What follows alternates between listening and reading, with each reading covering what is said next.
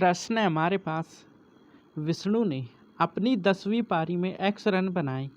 उन रनों को बनाने के बाद उसका औसत स्कोर 8 रनों की वृद्धि हुई। यदि नया औसत 28 है तो x का मान ज्ञात कीजिए। ये रहे आपके सारे ऑप्शंस। ठीक, अभी इस प्रश्न को कैसे हल करना है तो आइए समझते हैं।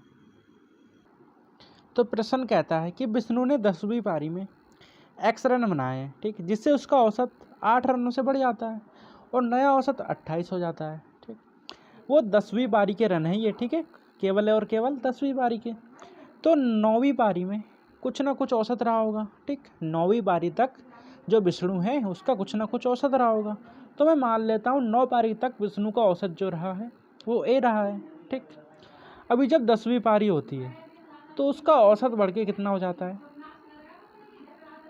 28 हो जाता है। ठीक, तो 10वीं पारी तक उसने कितने रन बना लिए होंगे, तो यहाँ से मल्टीप्लाई हो जाएगी 28 इंटू में 10 की, हमारे पास आ जाएगा 280।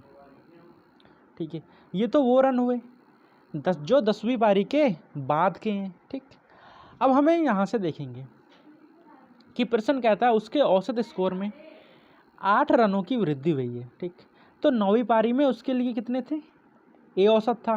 ठीक, अभी उसका 8 रनों की वृद्धि हुई है, प्लस में 8, और फिर उसके बाद जब 8 रनों की वृद्धि होती है उसके औसत में तो उसका औसत स्कोर 28 हो जाता है।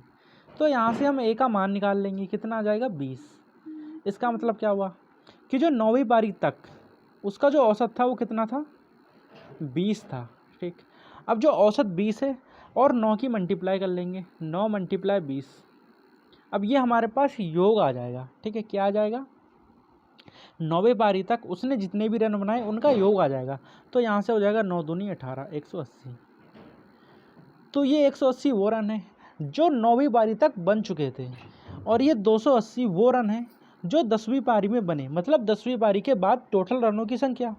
हमसे क्या पूछा है कि 10वीं पारी में उसने कितने x रन बनाए, तो 9 पारी तक उसने 180 बना चुका था। ठीक, और 10वीं पारी के बाद उसके पास है 280। अगर मैं इनका अंतर निकाल दूं तो मेरे पास कितना आ जा रहा है, 100 आ जा रहा है। ठीक, मतलब क्या हुआ कि उसने अपनी 10वीं पारी में कितने 100 रन बनाए होंगे। ऑप्शन नंबर 4 हमारा राइट और करेक्ट आंसर हो जाएगा। ठीक है, समझ में आया ना, धन्यवाद।